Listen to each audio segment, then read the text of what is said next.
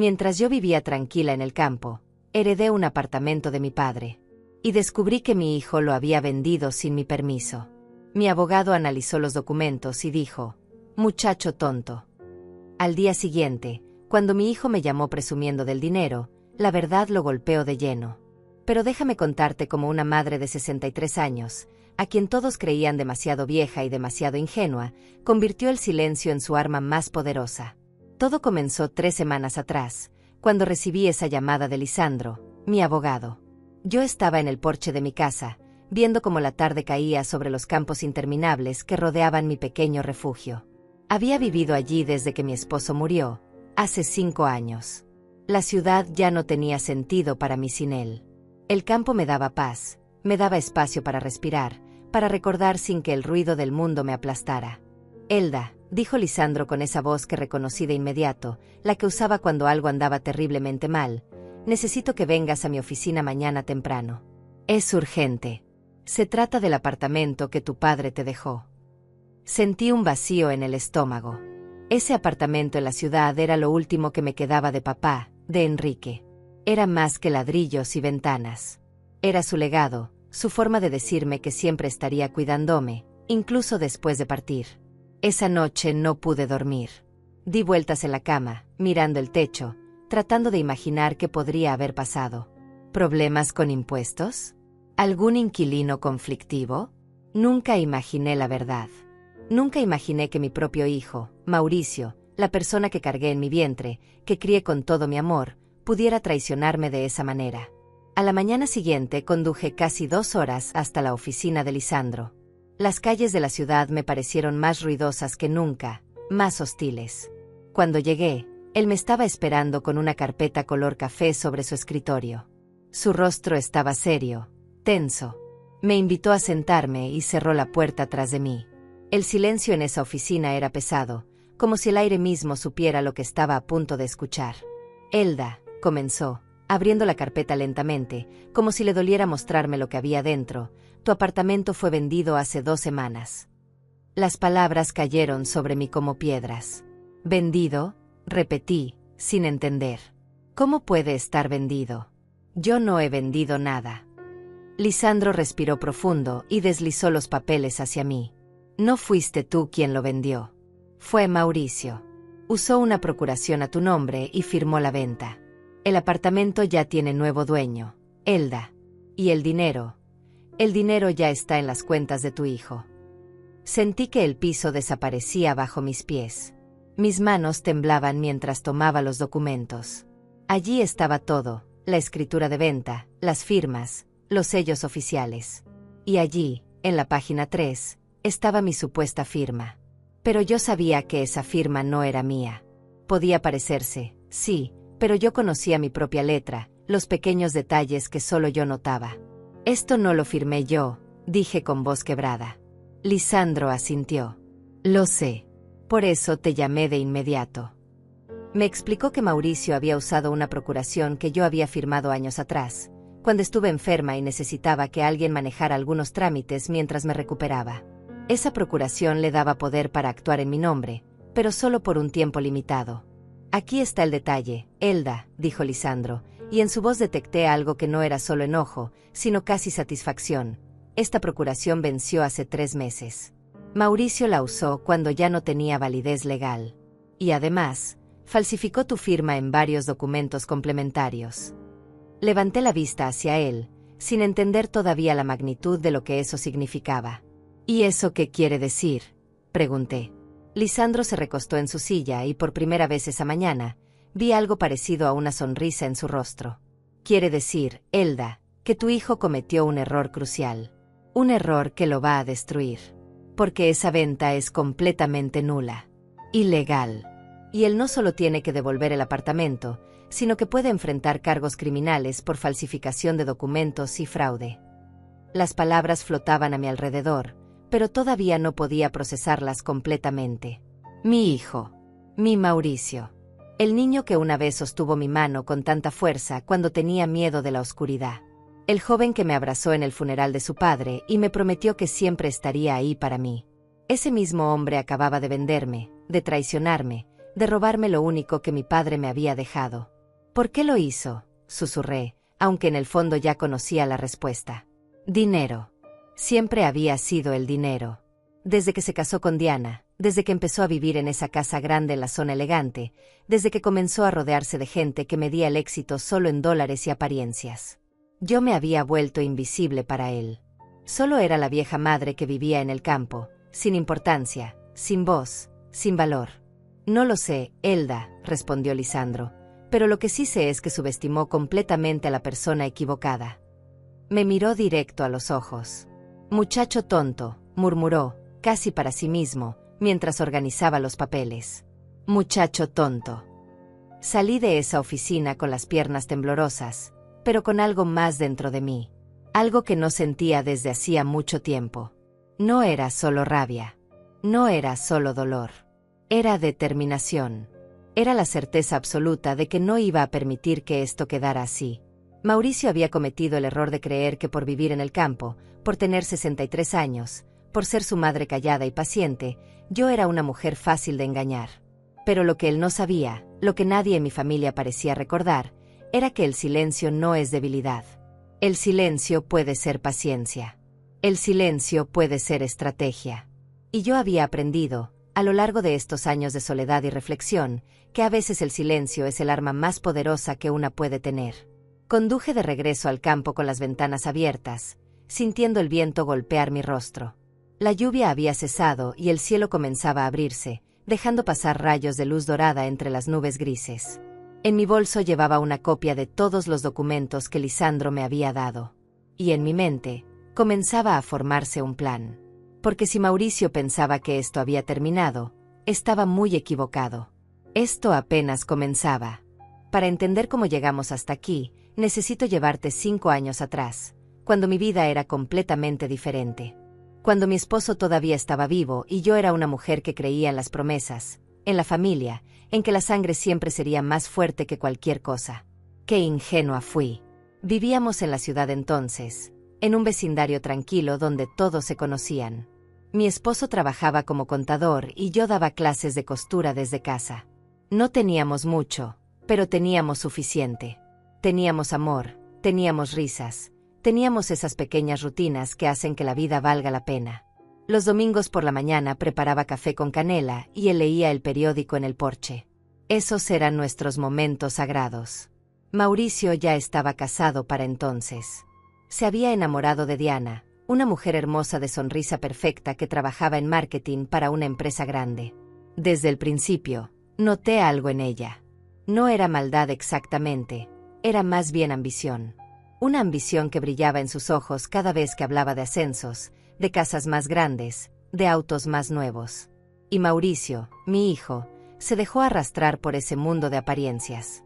Poco a poco, las visitas se volvieron menos frecuentes. Las llamadas se acortaron. Y cuando venían a vernos, siempre había una tensión en el aire, como si estuvieran cumpliendo una obligación y no disfrutando de un momento en familia. Diana miraba nuestra casa con ese gesto que creía discreto pero que yo notaba perfectamente, ese gesto que decía pobre gente, conformándose con tan poco. Entonces mi esposo enfermó. Fue rápido, brutal, despiadado. Cáncer de páncreas. En 6 meses pasó de ser un hombre fuerte y vital a una sombra de sí mismo. Mauricio vino al funeral, por supuesto. Lloró en mis brazos. Me dijo que siempre estaría para mí, que nunca me dejaría sola. Diana se mantuvo a distancia, con su vestido color berenjena impecable y sus lentes oscuros, como si el dolor fuera algo que pudiera mancharse. Después del entierro, no soportaba estar en esa casa llena de recuerdos. Cada esquina me recordaba a él, cada sonido era un eco de su ausencia. Fue cuando mi padre, Enrique, me sugirió que me mudara al campo. Él tenía una casita pequeña allí, donde solía pasar los fines de semana. Ve y sana, me dijo con esa sabiduría que solo los padres tienen. El silencio del campo cura lo que el ruido de la ciudad destruye. Y tenía razón. Me mudé al campo y encontré una paz que no sabía que existía. Aprendí a vivir con menos, a valorar el amanecer, el canto de los pájaros, la sensación de la tierra bajo mis pies descalzos. Aprendí que la soledad no siempre es tristeza, que a veces es libertad. Sembré un pequeño jardín de hierbas aromáticas, adopté 2 gatos que aparecieron un día y decidieron quedarse, leí todos los libros que nunca había tenido tiempo de leer. Mauricio casi no llamaba. Tal vez una vez al mes, conversaciones breves donde él hablaba de sus proyectos, de sus inversiones, de sus planes para comprar una casa aún más grande. Nunca preguntaba cómo estaba yo realmente. Nunca quiso venir a visitarme al campo. Está muy lejos, mamá, decía siempre. Ya sabes cómo es el tráfico. Como si 2 horas de camino fueran el fin del mundo. Mi hermana Marlene, que vivía en la ciudad cerca de donde Mauricio había comprado su casa nueva, siempre lo defendía. Es un hombre ocupado, Elda, me decía cuando yo me quejaba de su distancia. Tiene responsabilidades, una esposa, una carrera. No puede estar pendiente de ti todo el tiempo. Y yo me callaba, porque contradecir a Marlene era como hablar con una pared. Ella siempre había preferido a Mauricio. Desde que era niño, ella decía que ese chico llegaría lejos, que tenía algo especial. Y yo, según ella, era demasiado sobreprotectora, demasiado dramática, demasiado necesitada. Entonces mi padre murió. Enrique, el hombre que me enseñó a coser, a cocinar, a mantenerme firme cuando la vida intentaba doblarme. Tenía 87 años y se fue dormido, en paz, como él siempre quiso. Pero su muerte me dejó un vacío que todavía hoy siento en el pecho. El día antes de morir, me llamó a su cuarto del hospital. Estábamos solos. Tomó mi mano con esa fuerza sorprendente que todavía tenía y sacó una llave de su bolsillo. Esto es para ti, me dijo. El apartamento donde viví todos estos años. Está a tu nombre en mi testamento. Quiero que sea tu seguridad, tu respaldo. Prométeme que nunca lo venderás por necesidad, sino solo cuando tú decidas que es el momento correcto. Le prometí. Con lágrimas corriendo por mis mejillas, le prometí que cuidaría ese legado como él había cuidado de mí toda la vida. Esa llave se convirtió en mi tesoro más preciado. La guardaba en una cajita de madera junto a mi cama, y a veces, en las noches difíciles, la sostenía entre mis dedos y sentía que papá todavía estaba conmigo, todavía me protegía. El apartamento estaba en un buen sector de la ciudad, cerca del Parque Central. No era enorme, pero era luminoso, bien mantenido, y según Lisandro, valía alrededor de $250,000 en el mercado actual. Yo nunca pensé en venderlo. Era mi red de seguridad, sí, pero era más que eso. Era la última conexión física que tenía con mi padre, el lugar donde él pasó sus últimos años felices, donde yo lo visitaba cada domingo para tomar té y escuchar sus historias. Mauricio sabía del apartamento, por supuesto. Estuvo en la lectura del testamento. Vi cómo sus ojos brillaron cuando el abogado mencionó el valor estimado de la propiedad. Diana le apretó la mano y le susurró algo al oído. Yo fingí no notar, pero lo noté. Siempre lo noto todo. Después del funeral de papá, Mauricio me visitó en el campo por primera vez en 2 años. Vino solo, sin Diana, lo cual me sorprendió. Pensé que tal vez finalmente había recordado que tenía una madre, que tal vez el dolor compartido nos acercaría nuevamente. ¡Qué tonta fui! Se sentó en mi pequeña cocina, bebió el café que le preparé y me dijo, «Mamá, ese apartamento es demasiado para ti. Deberías venderlo e invertir el dinero en algo que te dé rendimientos. Yo puedo ayudarte con eso. Conozco buenas oportunidades». Lo miré a los ojos y le dije que no, que ese apartamento se quedaba conmigo hasta el día que yo decidiera lo contrario. Vi la frustración en su rostro, ese gesto de impaciencia que hacía cuando las cosas no salían como él quería. Pero no insistió ese día. Se despidió con un abrazo frío y se fue. Debía haberlo sabido en ese momento. Debía haber visto las señales. Pero una madre siempre quiere creer en lo mejor de sus hijos, incluso cuando toda la evidencia señala lo contrario. Pasaron 6 meses. Yo seguía en mi rutina del campo, cuidando mi jardín, leyendo, viviendo esa vida simple que tanto me gustaba. Entonces me enfermé. Una infección respiratoria fuerte que me dejó en cama durante semanas. Mauricio apareció, preocupado en apariencia, y se ofreció a manejar algunos trámites bancarios mientras yo me recuperaba. Necesitaba que alguien pagara algunas cuentas, manejara correspondencia. Firmé esa procuración sin pensar demasiado. Era mi hijo. Confiaba en él. Esa confianza fue mi error. Un error que estaba a punto de costarme todo lo que mi padre me había dejado. Pero también fue el error que Mauricio cometió al subestimarme. Porque lo que él no sabía era que yo ya no era la misma mujer que había firmado esa procuración. El campo me había cambiado. La soledad me había enseñado. Y el silencio me había dado una claridad que nunca tuve antes. Mauricio pensó que por vivir lejos, por ser mayor, por estar sola, yo era invisible. Pensó que era una anciana inofensiva a la que podía manipular sin consecuencias.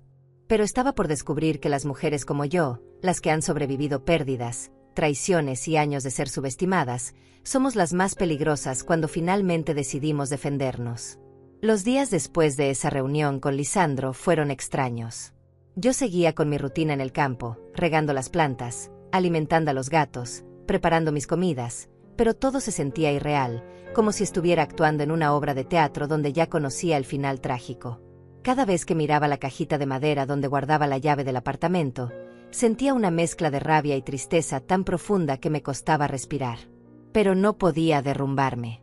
No todavía.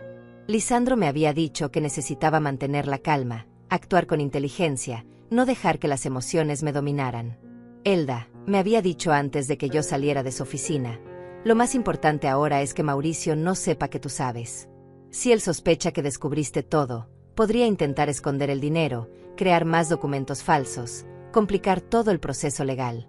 Necesitamos que se sienta seguro, confiado, victorioso. Porque los hombres confiados cometen errores. Y nosotros vamos a usar cada uno de esos errores en su contra. Así que esperé. 3 días enteros esperé sin hacer nada más que vivir mi vida como siempre, mientras por dentro sentía que me estaba quemando. Lisandro estaba trabajando en reunir toda la evidencia necesaria, copias certificadas de la procuración original con las fechas de vencimiento claramente marcadas, análisis de las firmas falsificadas, registros bancarios de la transacción. Todo tenía que ser perfecto, irrefutable, imposible de negar. Fue en la tarde del 4.º día cuando sonó mi teléfono. El nombre de Mauricio apareció en la pantalla y sentí que mi corazón se aceleraba. Respiré profundo 3 veces antes de contestar. «Hola», dije con la voz más tranquila que pude fabricar. «Mamá», exclamó él, y en su tono había algo que no había escuchado en años. Emoción genuina, casi euforia. «¿Cómo estás? Hace tiempo que no hablamos». «Estoy bien, hijo», respondí, apretando el teléfono con tanta fuerza que mis nudillos se pusieron blancos.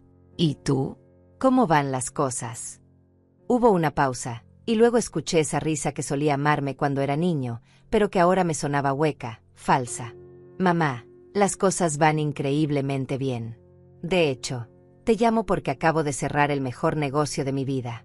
Una inversión que va a cambiar nuestro futuro completamente». Nuestro futuro. Como si él y yo todavía compartiéramos algo más que un apellido y sangre envenenada.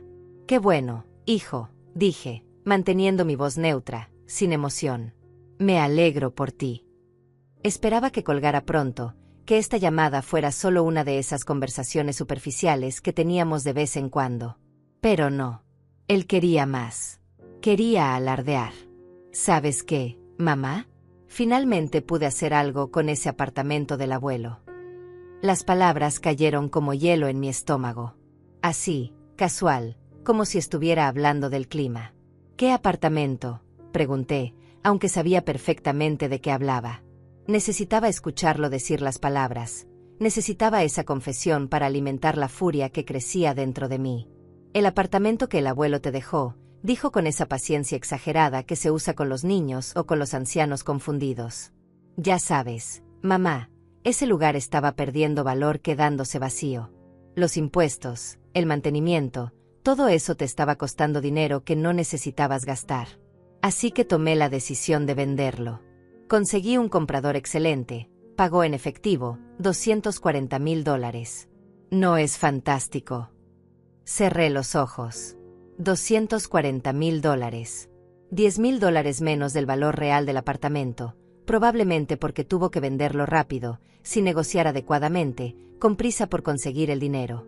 «Mauricio», dije lentamente, «ese apartamento era mío. Mi padre me lo dejó a mí».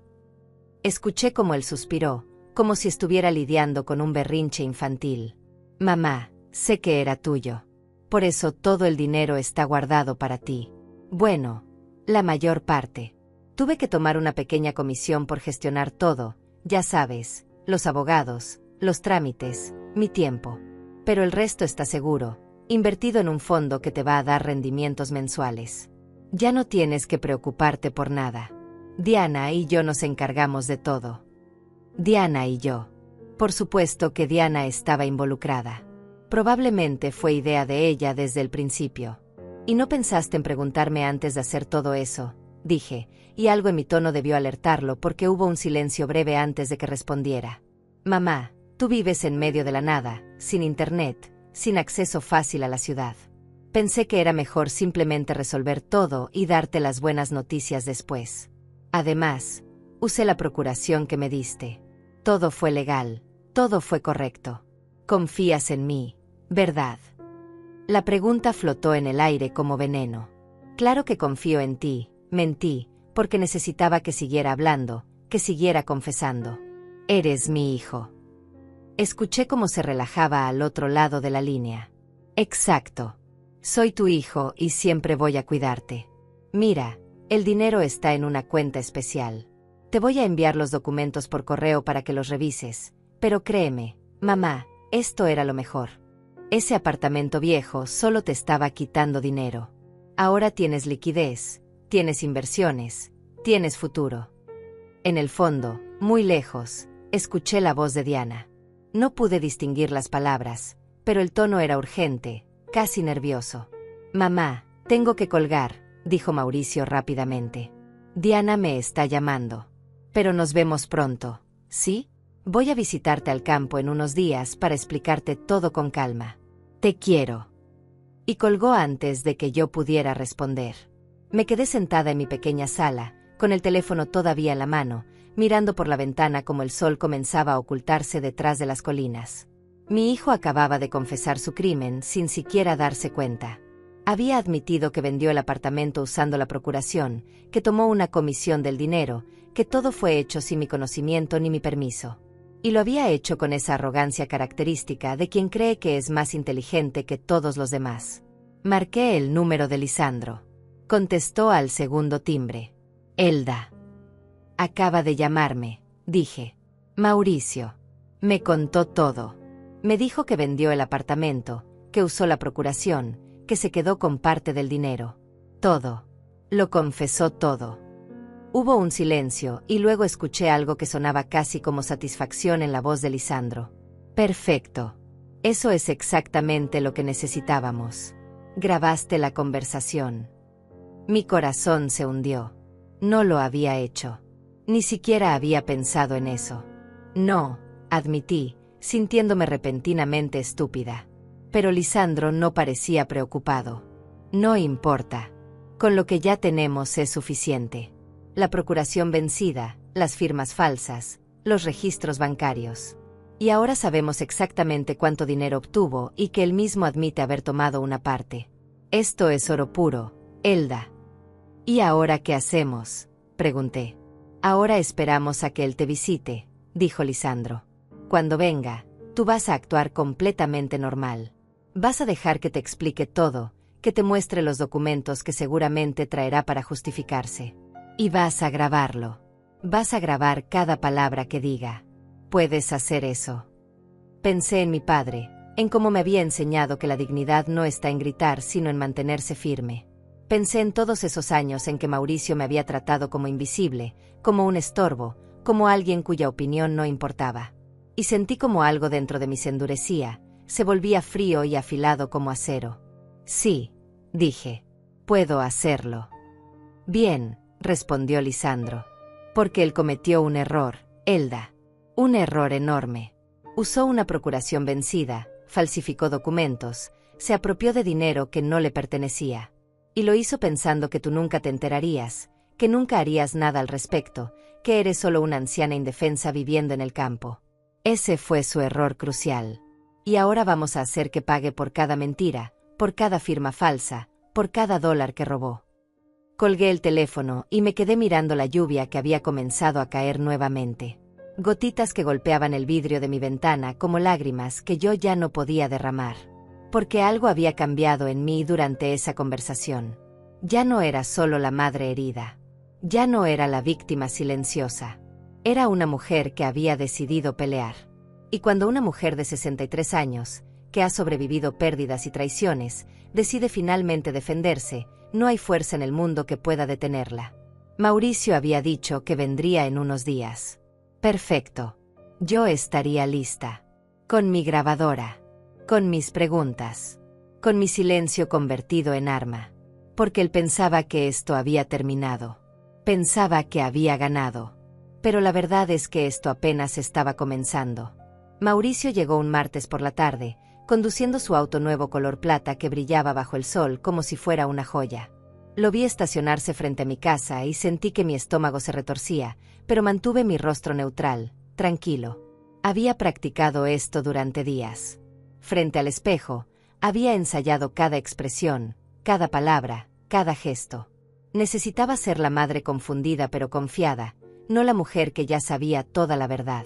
Salió del auto con una carpeta color verde bajo el brazo y esa sonrisa que alguna vez me derretía el corazón. «Mamá», exclamó, caminando hacia mí con los brazos abiertos. Me abrazó y yo correspondí, sintiendo como mi cuerpo se tensaba contra mi voluntad. Olía a ese perfume caro que Diana siempre le compraba, ese aroma que costaba más de lo que yo gastaba en comida en un mes.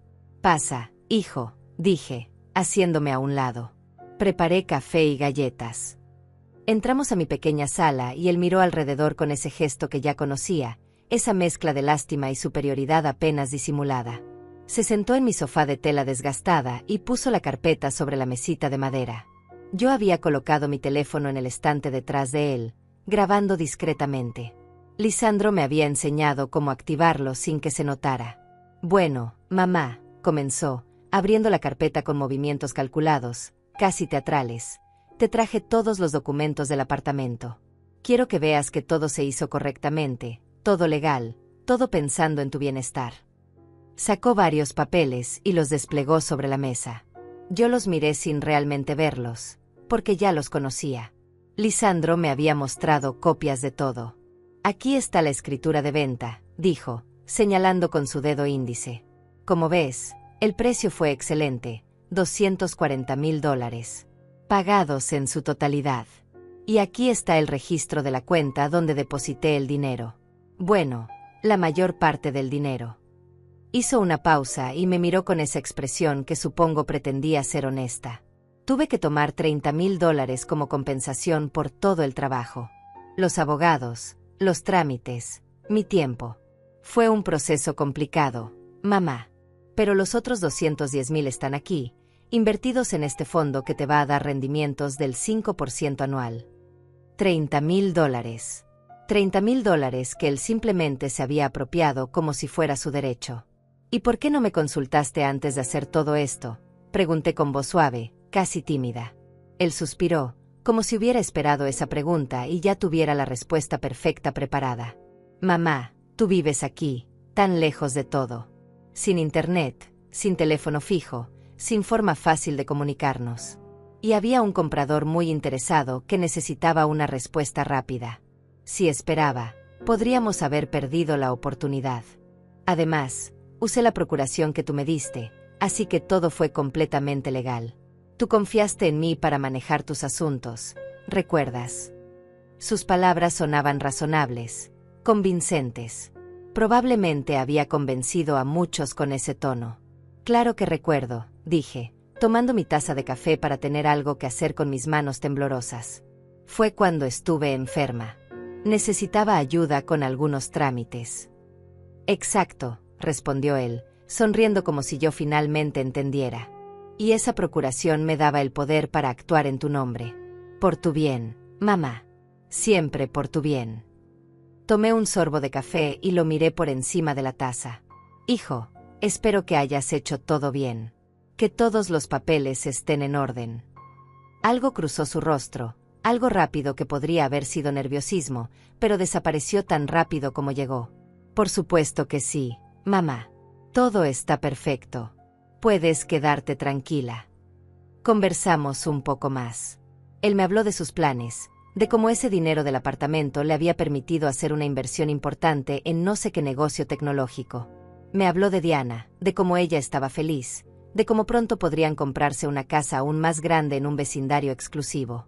Y mientras hablaba, yo solo pensaba en cómo cada palabra que decía era otra cuerda más para la soga que él mismo se estaba poniendo al cuello. Se fue después de 2 horas, con otro abrazo superficial y promesas vacías de visitarme más seguido. Lo vi alejarse en su auto brillante y esperé hasta que desapareció completamente de mi vista antes de tomar el teléfono y detener la grabación. Lo había conseguido. Tenía su confesión completa, con detalles, con números, con su admisión de que usó la procuración sin consultarme. Llamé a Lisandro inmediatamente. Lo tengo todo, le dije, y mi voz temblaba no de miedo sino de algo parecido a la victoria anticipada. Perfecto, Elda. Envíamelo ahora mismo. Con esto y todo lo demás que hemos reunido, podemos proceder. Había triunfo en su voz también. Pero mi triunfo duró poco. Al día siguiente, mi hermana Marlene apareció sin avisar. Llegó en su auto color crema, con el rostro tenso y los labios apretados en una línea delgada. Supe inmediatamente que Mauricio le había contado algo. Probablemente su versión, su mentira cuidadosamente construida. Elda, dijo apenas cruzó la puerta, sin siquiera saludar adecuadamente, ¿qué es esto que escuché de que estás haciendo problemas por el apartamento de papá?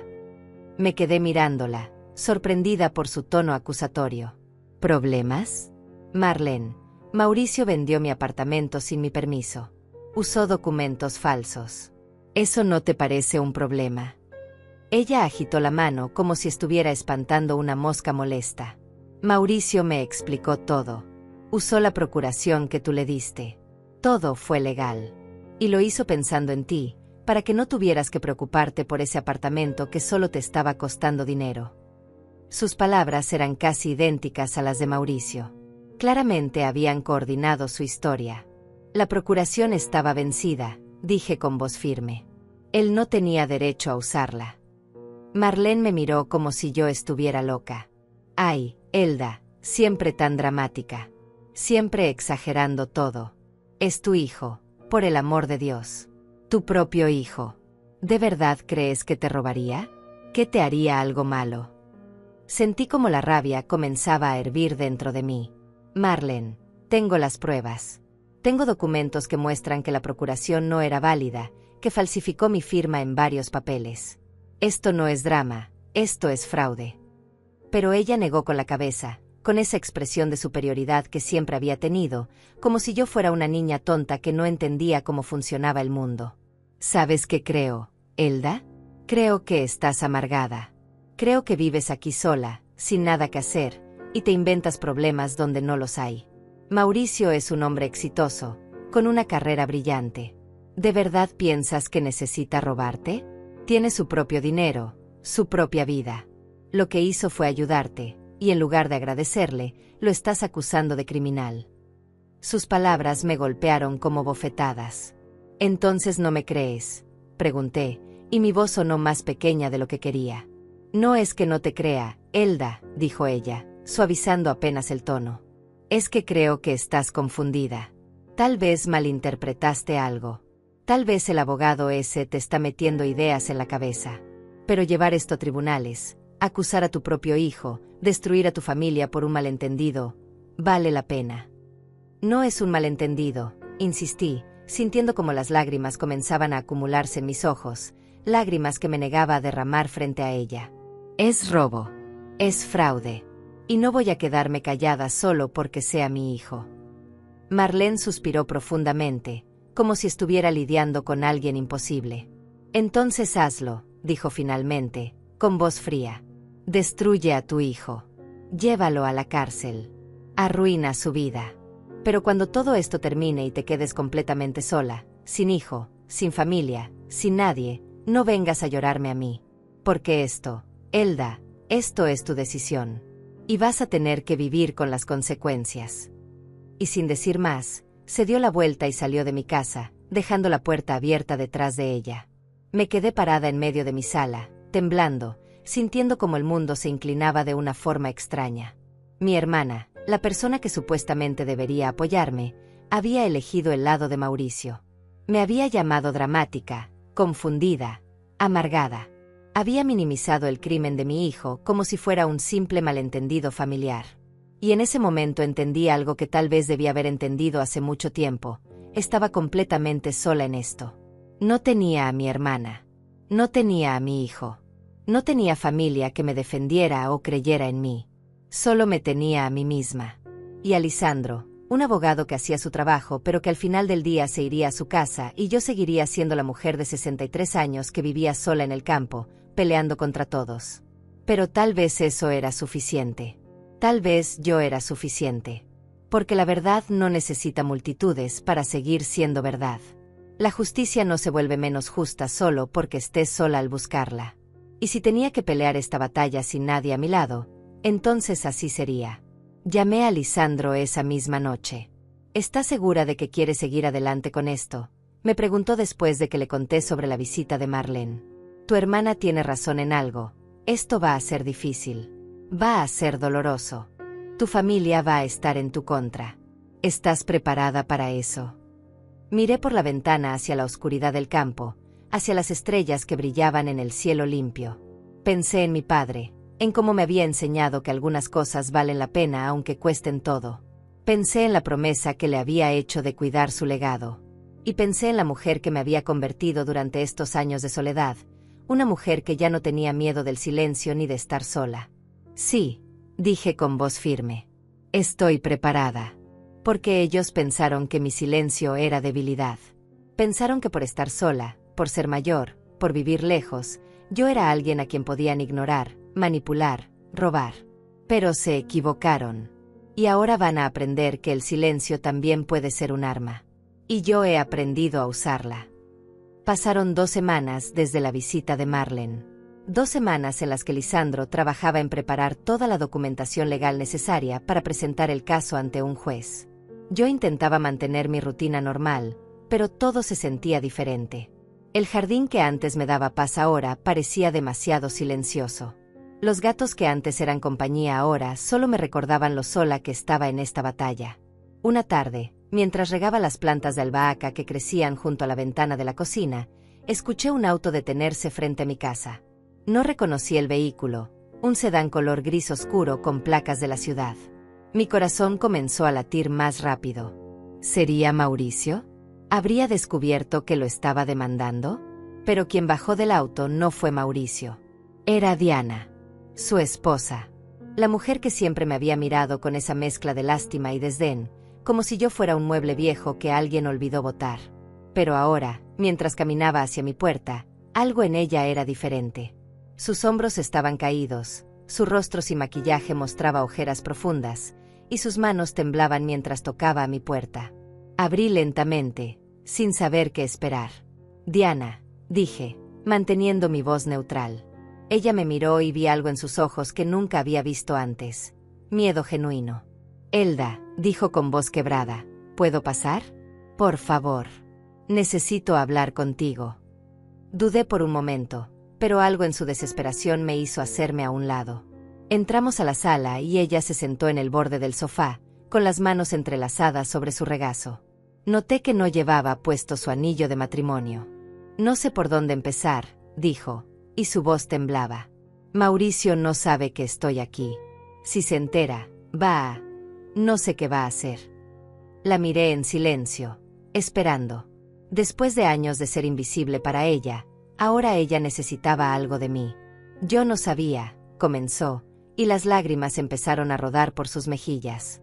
Te juro por Dios que yo no sabía que lo que hizo era ilegal. Mauricio me dijo que tú le habías dado permiso, que habías firmado todos los papeles, que estabas de acuerdo con la venta. Me mintió, Elda. Me mintió a mí también. Sus palabras salían atropelladas, desesperadas. Hace 3 días encontré unos documentos en su estudio. Estaba buscando los recibos de impuestos y encontré una carpeta escondida en el fondo de un cajón. Había copias de la procuración, copias de tu firma, y borradores. Borradores donde él practicaba tu firma, Elda. Hojas y hojas donde copiaba tu nombre una y otra vez hasta que le saliera perfecto. Mi sangre se heló. Diana sacó su teléfono con manos temblorosas. Tomé fotos de todo. No sabía qué hacer con ellas, pero sabía que necesitaba tenerlas. Porque cuando confronté a Mauricio, cuando le pregunté qué significaba todo eso, él se puso furioso. Me dijo que me mantuviera fuera de sus asuntos, que no entendía nada, que todo lo que había hecho era por nuestro futuro. Deslizó el teléfono hacia mí sobre la mesa. Tomé el teléfono y comencé a mirar las fotos. Allí estaban, clara como el día, páginas llenas de mi firma practicada una y otra vez. Documentos con notas al margen en la letra de Mauricio: necesita ser más inclinada, la E debe curvarse más, practicar hasta que sea idéntica. Era evidencia irrefutable de premeditación, de intención criminal. Hay más, dijo Diana, limpiándose las lágrimas con el dorso de la mano. El dinero de la venta. Mauricio me dijo que había invertido la mayor parte en un fondo seguro para ti. Pero revisé nuestras cuentas bancarias. Del dinero total, solo $120,000 están en alguna inversión a tu nombre. El resto lo usó para pagar deudas que yo ni siquiera sabía que teníamos. Deudas de inversiones fallidas, de préstamos que pidió para mantener nuestro estilo de vida. $120,000. De los $240,000 que había obtenido por mi apartamento, solo la mitad estaba supuestamente guardada para mí. Y probablemente ni siquiera esos estaban realmente seguros. ¿Por qué me estás contando todo esto?, pregunté finalmente. Diana me miró con ojos rojos e hinchados. Porque esto está mal. Porque no quiero ser cómplice de esto. Porque cuando me casé con Mauricio, pensé que era un hombre honesto, trabajador, ambicioso de buena manera. Pero esto no es ambición, Elda. Esto es robo. Esto es traicionar a tu propia madre. Y yo no voy a ser parte de esto. Su voz se quebró completamente. Ya contraté un abogado para el divorcio. Me voy a ir de la casa. Pero antes de hacerlo, necesitaba que supieras la verdad completa. ¿Estás dispuesta a testificar?, pregunté, y mi voz sonó más dura de lo que pretendía. Ella asintió lentamente. Sí, voy a testificar. Voy a entregar todas las pruebas que tengo. Los documentos, las fotos, los registros bancarios. Todo. Se puso de pie, temblando todavía. Sé que nunca fui buena contigo. Sé que te traté como si fueras menos que nosotros. Y lo siento. De verdad lo siento. Mauricio me convenció de que tú no entendías el mundo moderno, que eras solo una anciana obstinada. Pero la verdad es que tú eras la única persona honesta en toda esta familia. Después de que Diana se fue, me quedé sentada en mi sala durante horas, sosteniendo su teléfono con todas esas fotos incriminatorias. Llamé a Lisandro y le conté todo. Escuché cómo su respiración se aceleraba mientras yo describía las evidencias. Elda, esto es más de lo que esperaba. Con esto no solo podemos anular la venta, podemos presentar cargos criminales serios. Falsificación de documentos con premeditación. Esto puede significar años de cárcel para él.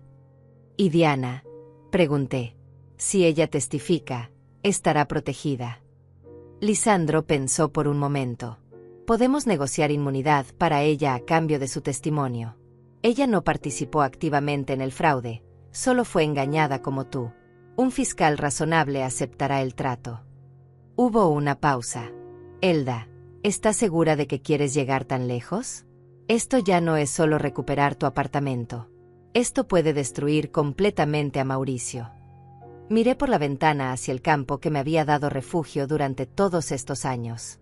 Pensé en mi padre, en su voz diciéndome que cuidara el legado que me dejaba. Pensé en todas las veces que Mauricio me había hecho sentir invisible, insignificante, estúpida. Pensé en cómo había planeado meticulosamente robarme, practicando mi firma como un criminal común. Él se destruyó a sí mismo, dije finalmente. Yo solo estoy asegurándome de que enfrente las consecuencias de sus acciones. Procede con todo, Lisandro. Con todo. Colgué el teléfono y me di cuenta de que ya no estaba temblando. Ya no sentía miedo ni dudas. Sentía algo diferente, algo poderoso, sentía certeza. La certeza de que estaba haciendo lo correcto, sin importar cuánto doliera. Diana me había dado el arma final. La prueba irrefutable de que Mauricio no había cometido un error impulsivo, sino un crimen calculado y deliberado. Y ahora, con esa evidencia en mis manos, Ya no había forma de que él escapara. La red se estaba cerrando alrededor de él, y él ni siquiera lo sabía todavía. Los siguientes días fueron una vorágine de actividad legal. Lisandro trabajaba casi sin dormir, preparando cada documento, cada pieza de evidencia, cada argumento que presentaríamos ante el juez. Diana había enviado formalmente todas las fotos y documentos que encontró en el estudio de Mauricio. Su abogado de divorcio ya había contactado a Lisandro para coordinar su testimonio a cambio de inmunidad. Yo, por mi parte, intentaba mantener la calma en medio de la tormenta que se avecinaba. Cada mañana me despertaba con un nudo en el estómago, preguntándome si ese sería el día en que Mauricio descubriera lo que estaba por sucederle. Pero Lisandro me había asegurado que todo se mantendría confidencial hasta el momento exacto de presentar la demanda ante el tribunal. Una tarde, mientras preparaba té de manzanilla en mi pequeña cocina, recibí una llamada de un número desconocido. Dudé antes de contestar, pero algo me hizo atender. «Elda», dijo una voz masculina que no reconocí de inmediato. «Habla Enrique». Me tomó un momento ubicar el nombre. Enrique, el hermano menor de Mauricio que había fallecido. No, espera. Me confundí. No tenía otro hijo. Enrique, repetí, confundida. Sí, Enrique Salazar. Soy el contador que trabajó en la venta del apartamento. Necesito hablar con usted urgentemente. Mi corazón se aceleró. ¿Qué sucede? Hubo un silencio pesado al otro lado de la línea. Prefiero no hablar por teléfono. ¿Puedo visitarla mañana? Es sobre irregularidades que encontré en la transacción. Irregularidades que creo que usted debería conocer. Al día siguiente, Enrique Salazar llegó a mi casa conduciendo un auto modesto. Era un hombre de unos 50 años, con lentes gruesos y una expresión seria. Se sentó en mi sala rechazando el café que le ofrecí, demasiado nervioso para cortesías. «Señora Elda», comenzó, sacando una carpeta de su maletín, «yo fui el contador que Mauricio contrató para manejar los aspectos financieros de la venta de su apartamento. En ese momento, él me aseguró que todo estaba autorizado por usted, que tenía su permiso completo. Pero hace una semana», continuó, «recibí una llamada de la Oficina de Registros Públicos preguntando sobre ciertas discrepancias en los documentos. Eso me hizo revisar todo nuevamente, con más cuidado. Y encontré cosas que no cuadran, señora. Cosas que me hacen pensar que yo, sin saberlo, participé en algo ilegal». Abrió la carpeta y me mostró varios documentos llenos de números y sellos oficiales. «Mire aquí», dijo, señalando una fecha específica. «Esta es la fecha en que supuestamente usted firmó la autorización de venta. Pero según los registros médicos que logré obtener, usted estaba hospitalizada ese día por complicaciones de su infección respiratoria. Es imposible que haya firmado nada». Sentí como mi respiración se detenía. Esa era otra pieza más de evidencia, otra prueba de la falsificación. «Y hay más», continuó Enrique, su voz temblando ligeramente. «Los números no coinciden. Mauricio me dijo que el apartamento se vendió por $240,000. Pero cuando revisé los registros oficiales de la transacción, el precio real fue de $260,000. Alguien se quedó con $20,000 adicionales que nunca aparecieron en ningún documento oficial. Y señora, yo firmé esos papeles creyendo que todo era legítimo. Mi reputación profesional está en riesgo». Lo miré fijamente. «¿Por qué me está contando esto?».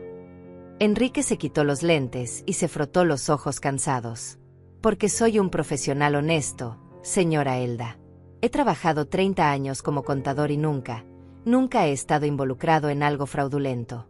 Cuando me di cuenta de lo que realmente había pasado, supe que tenía dos opciones: quedarme callado y ser cómplice, o venir aquí y contarle la verdad. Elegí mi conciencia por encima de mi miedo». «¿Está dispuesto a testificar?», pregunté directamente. Él asintió lentamente. «Sí. Ya contacté a mi propio abogado. Voy a cooperar completamente con las autoridades. Tengo copias de todos los documentos originales, todos los registros de transacciones, todos los correos electrónicos que intercambié con Mauricio. Todo». Se puso de pie, temblando visiblemente. «Lo siento mucho, señora. Siento no haberme dado cuenta antes. Siento haber sido usado como herramienta para robarle». Después de que Enrique se fue, Llamé inmediatamente a Lisandro. Cuando le conté sobre esta nueva revelación, escuché cómo dejaba escapar un silbido largo. 260.000. Mauricio no solo usó documentos falsos, también ocultó parte del dinero real de la venta. Esto es mucho peor de lo que pensábamos, Elda. Esto no es solo fraude, es malversación, evasión fiscal, múltiples cargos criminales. ¿Cuándo presentamos la demanda?, pregunté, sintiendo como la determinación se solidificaba dentro de mí como hierro fundido enfriándose. La próxima semana, respondió Lisandro. Tengo reunión con el fiscal mañana. Con Diana testificando, con Enrique testificando, con todas las pruebas documentales, con las fotografías de las firmas practicadas, con los registros bancarios. Elda, esto es un caso hermético. No hay forma de que Mauricio salga de esta. Hubo una pausa larga. ¿Cómo te sientes?, preguntó Lisandro con voz más suave. Era la primera vez que me preguntaba algo personal, algo que no tenía que ver con documentos o estrategias legales. Me quedé en silencio, pensando realmente en la respuesta. ¿Cómo me sentía? Me siento triste, admití finalmente. Triste porque mi hijo resultó ser alguien que yo no conocía. Alguien capaz de planear durante meses cómo robarle a su propia madre. Alguien que practicó mi firma hasta perfeccionarla, que mintió a su esposa, que engañó a un contador honesto, que traicionó la memoria de su abuelo. Me siento triste por el niño que era y el hombre en que se convirtió. Pero también, continué, sintiendo como mi voz se volvía más firme, me siento fuerte. Más fuerte de lo que me he sentido en años. Porque durante mucho tiempo dejé que mi familia me tratara como si fuera invisible, como si mi opinión no importara, como si ser vieja y vivir en el campo me hiciera menos que ellos. Y ahora estoy aquí, de pie, peleando por lo que es mío, por lo que mi padre me dejó, por mi dignidad. Y eso, Lisandro, eso me hace sentir poderosa. Esa noche me senté en mi porche viendo las estrellas. El campo estaba silencioso excepto por el canto de los grillos y el susurro del viento entre los árboles. Pensé en mi padre, en cómo estaría orgulloso de verme defender su legado. Pensé en mi esposo, en cómo me había enseñado que el amor verdadero no teme a la verdad. Pensé en todos los años que había vivido callada, aceptando, conformándome. Pero esos días habían terminado. La mujer que firmó esa procuración años atrás, confiada e ingenua, ya no existía. En su lugar estaba yo, una mujer de 63 años que había aprendido que la edad no te hace débil, te hace sabia. Que la soledad no te hace vulnerable, te enseña quién eres realmente. Que el silencio no es cobardía, es estrategia. Y Mauricio estaba por aprender la lección más dura de su vida, que subestimar a alguien no los hace débiles, solo te hace ciego. Y la ceguera, en el campo de batalla legal que estaba por comenzar, sería su perdición total. La tormenta estaba por estallar. Y yo estaba lista para ella. El día del juicio llegó con un cielo gris que amenazaba lluvia. Me vestí con mi mejor ropa, un traje color tierra que había guardado para ocasiones especiales, y conduje las 2 horas hasta la ciudad con las manos firmes sobre el volante. Lisandro me había explicado todo el procedimiento, pero nada podía prepararme realmente para el momento de ver a mi hijo al otro lado de la sala del tribunal. Cuando entré a la sala, Mauricio ya estaba allí sentado junto a su abogado, un hombre de traje costoso que parecía más preocupado por revisar su teléfono que por la gravedad del caso. Mauricio me vio entrar y su rostro mostró genuina sorpresa. Claramente no esperaba que yo apareciera. Probablemente pensó que esto era solo un trámite administrativo menor, algo que su abogado podría resolver con un par de llamadas y tal vez un pago pequeño. Me senté del otro lado con Lisandro a mi lado. Diana estaba allí también, en la sección de testigos, evitando cuidadosamente la mirada de Mauricio. Enrique, el contador, estaba sentado cerca de ella, con una carpeta gruesa sobre su regazo. La sala se llenó lentamente, el fiscal, los secretarios judiciales, algunos curiosos que probablemente venían a ver otros casos. Cuando el juez entró, todos nos pusimos de pie. Era un hombre mayor, de cabello completamente blanco y expresión severa. Se sentó, revisó los documentos frente a él durante lo que pareció una eternidad, y finalmente levantó la vista. Este es el caso de Elda Martínez contra Mauricio Martínez por fraude, falsificación de documentos y apropiación ilegal de bienes. Están presentes ambas partes. El proceso comenzó con Lisandro presentando nuestra versión de los hechos. Con voz clara y profesional, Explicó cómo Mauricio había usado una procuración vencida, falsificado mi firma, vendido mi apartamento sin autorización y se había apropiado del dinero. Cada palabra caía en la sala como piedras pesadas. Yo veía cómo Mauricio se movía incómodo en su asiento, cómo susurraba urgentemente con su abogado. «Llamamos a nuestro primer testigo», dijo Lisandro. «Diana Salazar de Martínez». Diana se levantó con piernas temblorosas y caminó hasta el estrado. Después de jurar decir la verdad, Lisandro comenzó su interrogatorio. «Señora Salazar, ¿puede decirnos qué encontró en el estudio de su esposo el pasado 20 de octubre?» Diana respiró profundo y comenzó a hablar. Su voz era baja pero firme. Describió cómo había encontrado las hojas donde Mauricio practicaba mi firma, cómo había fotografiado todo, cómo él había mentido sobre el origen del dinero. «Él me dijo que Elda había autorizado todo», dijo Diana, y por primera vez miró directamente a Mauricio. «Me hizo creer que ella estaba de acuerdo, que esto era lo mejor para ella. Pero cuando encontré esas prácticas de firma, cuando vi los documentos reales, supe que me había convertido en cómplice de un crimen sin saberlo». El abogado de Mauricio intentó desacreditar su testimonio. «No es cierto que usted está en proceso de divorcio y que podría tener motivaciones personales para perjudicar a mi cliente». Diana lo miró sin pestañear. «Estoy en proceso de divorcio precisamente porque descubrí que mi esposo es un criminal. No estoy aquí por venganza. Estoy aquí porque lo correcto es decir la verdad». Luego vino el turno de Enrique Salazar. El contador presentó todos los registros financieros, mostrando las discrepancias entre lo que Mauricio reportó y lo que realmente había sucedido. «El precio real de venta fue $260,000, explicó con claridad profesional. Pero el señor Martínez solo reportó $240,000. Los $20,000 restantes desaparecieron completamente de los registros oficiales». «¿Y qué conclusión saca usted de eso?», preguntó Lisandro. Enrique ajustó sus lentes. «Que hubo ocultamiento intencional de fondos. Que se cometió evasión fiscal. Que yo fui engañado para participar en una transacción fraudulenta». El juez tomaba notas constantemente, su expresión cada vez más seria. Entonces Lisandro presentó las fotografías que Diana había tomado. Una por una, las imágenes aparecieron en la pantalla grande de la sala, páginas y páginas de mi firma practicada, con notas al margen en la letra de Mauricio indicando cómo perfeccionarla. La evidencia era tan clara, tan irrefutable, que vi cómo el rostro del abogado de Mauricio se ponía cada vez más pálido.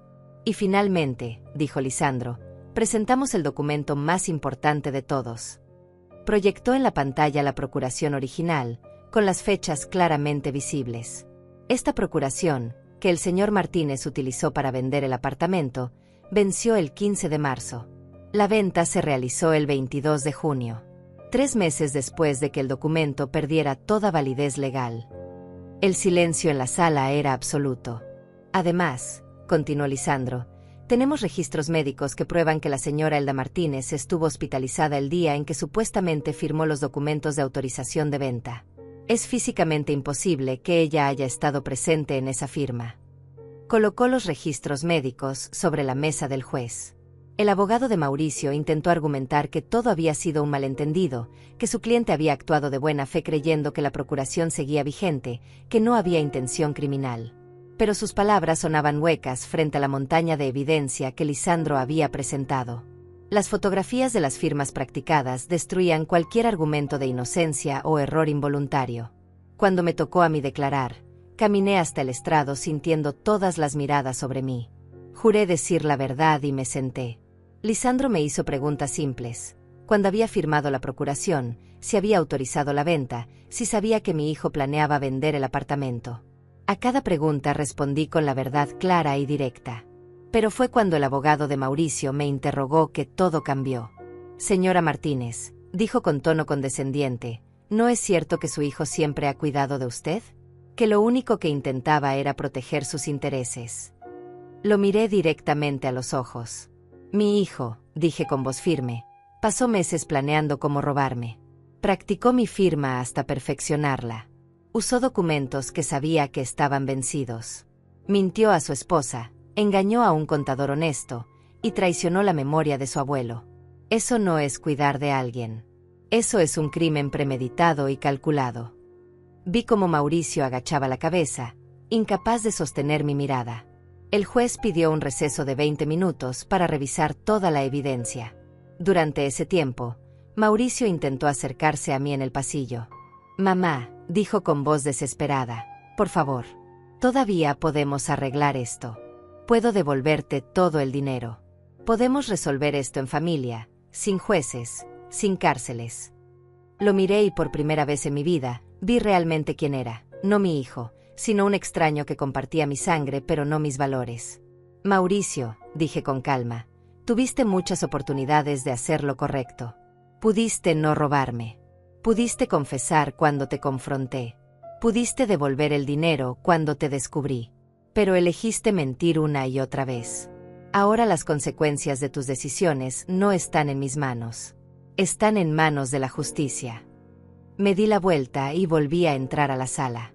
Cuando el juez regresó, su expresión era de granito puro. «He revisado toda la evidencia presentada en este caso», comenzó, «y debo decir que raramente he visto un fraude tan deliberado y calculado. La procuración vencida, las firmas falsificadas con premeditación evidente, el ocultamiento de fondos, las mentiras a múltiples partes. Señor Martínez, lo que usted hizo no fue un error de juicio. Fue un crimen planeado meticulosamente contra su propia madre. Por lo tanto», continuó el juez, «declaro nula la venta del apartamento. La propiedad debe ser devuelta inmediatamente a la señora Elda Martínez. Además, ordeno al señor Mauricio Martínez devolver la totalidad del dinero obtenido de la venta fraudulenta, más intereses y daños punitivos por un total de $300.000. Sentí como mi respiración se detenía. $300.000. Más de lo que el apartamento había valido originalmente. «Y finalmente», dijo el juez mirando directamente a Mauricio, «estoy remitiendo este caso al fiscal para que proceda con cargos criminales por falsificación de documentos, fraude y apropiación ilegal. Señor Martínez, usted enfrentará un proceso penal separado que podría resultar en una sentencia de prisión. Caso cerrado». El golpe del mazo resonó en la sala como un trueno. Había ganado. Había ganado completamente. Los días después del juicio fueron extraños y silenciosos. Regresé a mi casa en el campo sintiendo un peso enorme levantarse de mis hombros, pero también una tristeza profunda que no podía ignorar. Había ganado la batalla legal, había recuperado lo que era mío, pero había perdido a mi hijo en el proceso. O tal vez, simplemente había aceptado que nunca lo tuve realmente. Mauricio no intentó contactarme. Lisandro me informó que había contratado un abogado criminalista diferente para enfrentar los cargos penales que vendrían. El proceso criminal tomaría meses, quizás años, pero el veredicto civil era definitivo e inmediato. El apartamento volvía a ser legalmente mío, y Mauricio tenía 30 días para reunir los $300.000 que el juez había ordenado pagar. Diana me llamó una semana después del juicio. Su voz sonaba diferente, más ligera, como si finalmente pudiera respirar. «Elda, solo quería que supieras que el divorcio está avanzando rápido. Mi abogado dice que debería estar finalizado en 2 meses». Hizo una pausa. «Y quiero agradecerte». La frase me sorprendió. «¿Agradecerme? ¿Por qué?» «Por tener el valor de hacer lo correcto», respondió. «Yo viví años con un hombre que resultó ser un mentiroso y un ladrón, pero tenía demasiado miedo de enfrentarlo. Tú no tuviste miedo. Y tu ejemplo me dio la fuerza para salir de esa relación.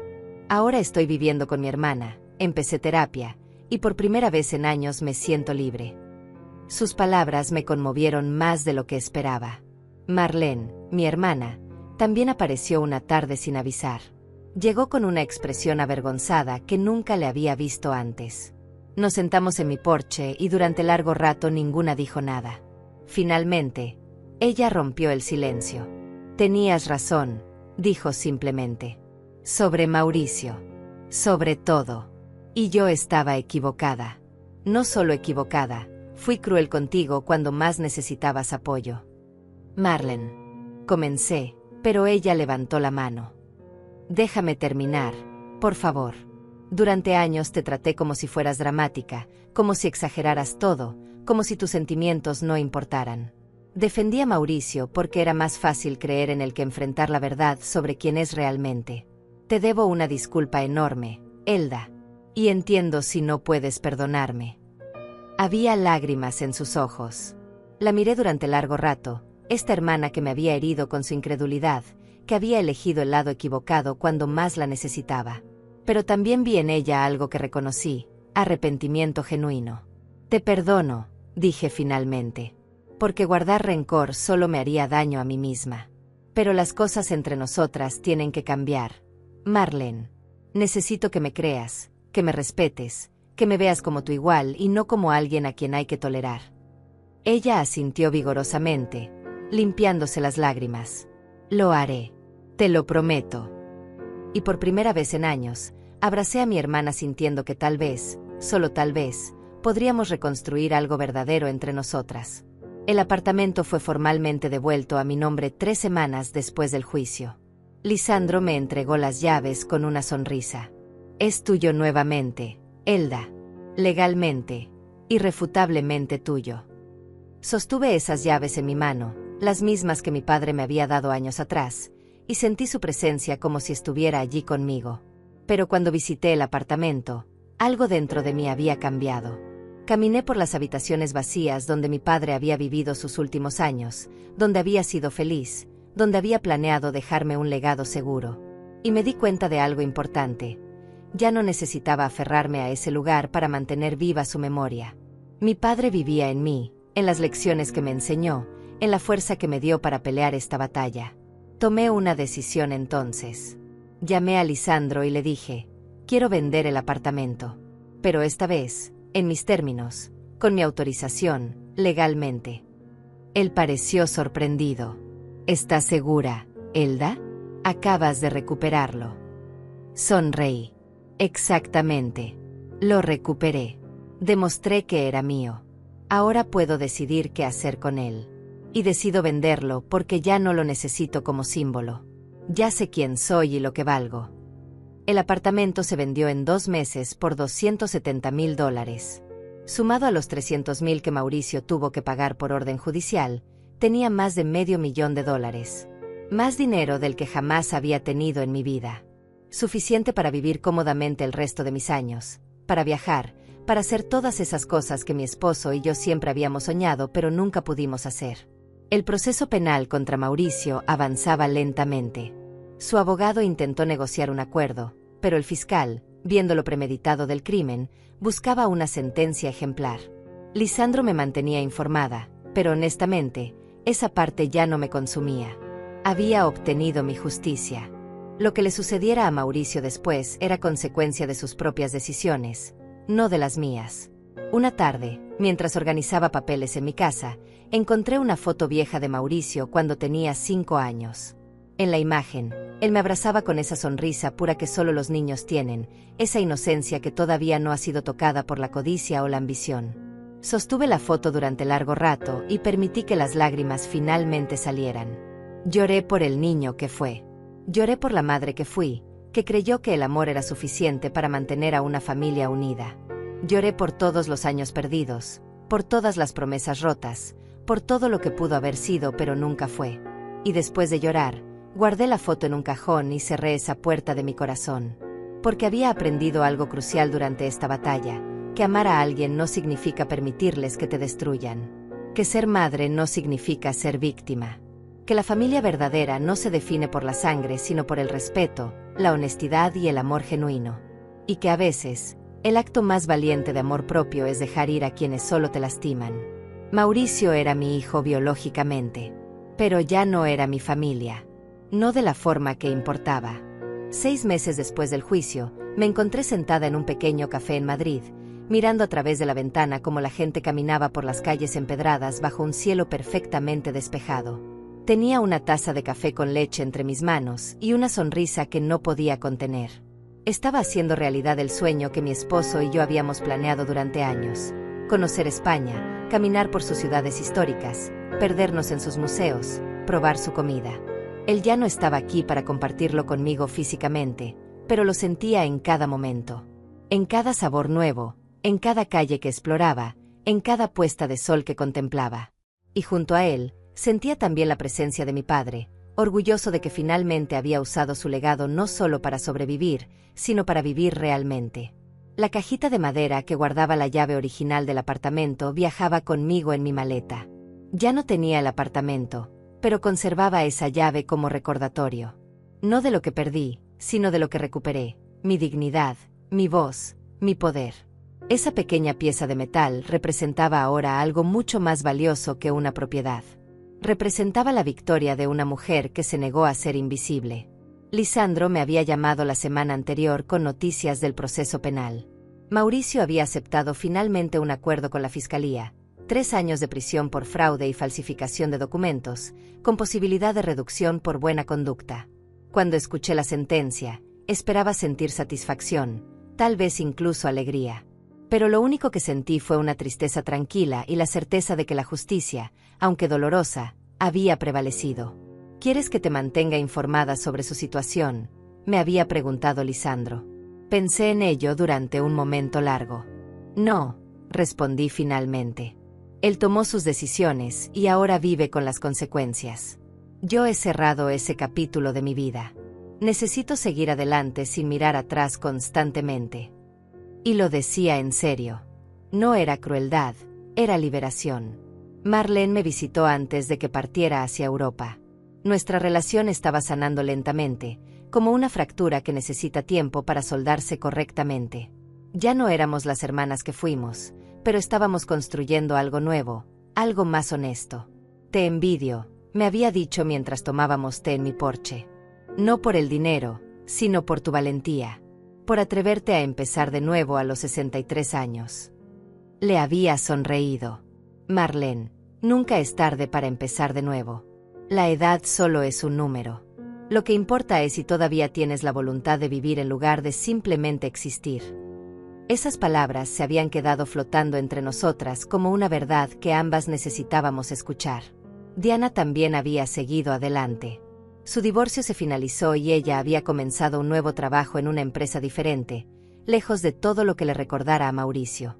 Me enviaba mensajes ocasionales contándome sobre su progreso en terapia, sobre cómo estaba aprendiendo a confiar nuevamente, sobre cómo finalmente entendía que ser fuerte no significa quedarse en situaciones que te destruyen. Tú me enseñaste que nunca es tarde para elegir la verdad, me había escrito en su último mensaje. Gracias por ser el ejemplo que necesitaba. Sus palabras me conmovieron profundamente porque me hicieron ver que mi batalla no solo había sido por mí. Sin saberlo, me había convertido en inspiración para otra mujer que también necesitaba encontrar su propia fuerza. Ahora, sentada en ese café en Madrid, reflexionaba sobre todo el camino recorrido. Desde aquella tarde lluviosa cuando Lisandro me llamó con la noticia devastadora, hasta este momento de paz y plenitud. Había sido un viaje doloroso, lleno de traiciones y lágrimas, de noches sin dormir y decisiones imposibles. Pero también había sido un viaje de transformación. Había aprendido que el silencio no es debilidad cuando es elegido conscientemente. Que la soledad no es castigo cuando te enseña quién eres realmente. Que la edad no te hace irrelevante, te da perspectiva y sabiduría. Que perder a alguien que amas a veces es necesario para no perderte a ti misma. Y que la justicia, aunque tarde en llegar, siempre vale la pena esperarla y pelearla. Pensé en todas las mujeres que probablemente estaban pasando por situaciones similares en este mismo momento. Mujeres siendo traicionadas por familiares, siendo robadas, siendo tratadas como invisibles solo porque eran mayores o porque vivían vidas más simples. Y deseé que pudieran saber lo que yo ahora sabía, que tienen más poder del que imaginan, que su voz importa, que nunca es tarde para defenderse. Saqué mi teléfono y tomé una foto del paisaje desde la ventana del café. La subí a ese grupo pequeño de redes sociales que Marlene me había enseñado a usar, con un mensaje simple. A los 63 años, descubrí que los finales también pueden ser comienzos. Nunca dejen que nadie les diga que son demasiado viejas para defender lo que es suyo, para empezar de nuevo, para vivir plenamente. La vida no termina cuando otros deciden ignorarte. Termina cuando tú decides rendirte. Y yo elegí no rendirme jamás. Los comentarios comenzaron a llegar de inmediato. Mujeres de todas las edades compartiendo sus propias historias de superación, de batallas ganadas, de momentos en que eligieron defenderse contra quienes la subestimaban. Cada comentario era un recordatorio de que mi historia no era solo mía. Era parte de algo mucho más grande, la historia de todas las mujeres que se niegan a ser silenciadas. Terminé mi café y salí a caminar por las calles de Madrid. El sol brillaba cálido sobre mi rostro y sentí una gratitud profunda por estar viva, por estar aquí, por haber tenido el coraje de pelear cuando habría sido más fácil rendirme. Mi padre me había dejado un apartamento, pero el verdadero legado que me dio fue la certeza de que yo valía la pena, de que merecía respeto, de que nunca debía permitir que nadie me hiciera sentir pequeña. Y ese legado, a diferencia del apartamento, nadie podría robármelo jamás. Esa noche, antes de dormir en mi pequeño hotel con vista a la Gran Vía, sostuve la llave vieja entre mis dedos una última vez. Mañana visitaría el Museo del Prado, algo que había soñado durante años. Pasado mañana tomaría un tren hacia Barcelona. Y después, quién sabe. El mundo era enorme y yo finalmente tenía la libertad, los recursos y la fuerza para explorarlo. Guardé la llave en su cajita y cerré los ojos. Y por primera vez en muchos años, dormí con una paz completa. Porque había aprendido la lección más importante de todas, que el verdadero poder no viene de lo que tienes, sino de saber quién eres y negarte a ser menos que eso, sin importar quién intente convencerte de lo contrario. Si alguna vez te encuentras peleando por lo que es correcto, por lo que es tuyo, por tu dignidad frente a quienes te traicionaron, recuerda esto: el silencio puede ser estrategia, la edad puede ser sabiduría, y una mujer que finalmente decide defenderse es la fuerza más imparable del universo. ¿Valió la pena? Cada lágrima, cada noche sin dormir, cada momento de dolor, sí, valió absolutamente la pena. Porque me recuperé a mí misma. Y eso, al final, era lo único que realmente importaba.